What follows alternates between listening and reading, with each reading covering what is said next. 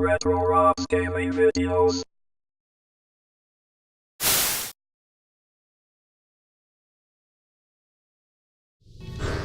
Hi, this is Rob from Guys Gaming here. We're going to talk about the Drox Operative, which is a Diablo-like starship RPG.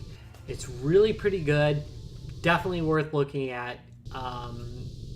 Boy, you know, there really isn't enough good I can say about it. It's still in the beta, but most of the bugs are out of it. There's a little bit of a problem with control. I'm really liking this game.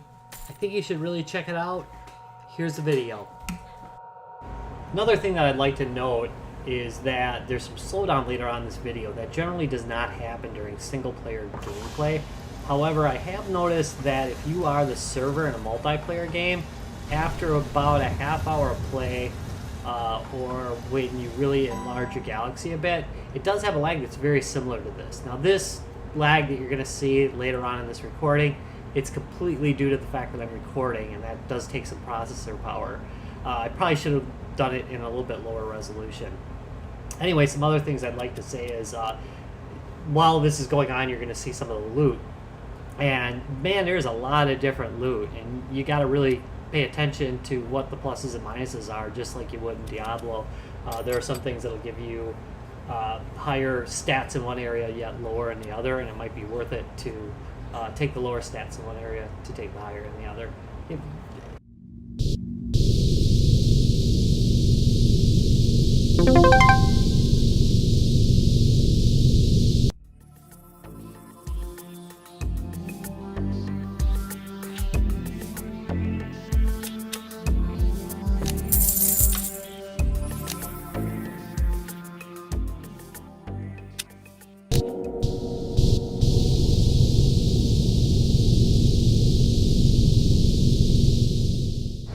Believe it or not, my ship here is quite upgraded. You start out really, really amazingly slow, no matter what race you play as.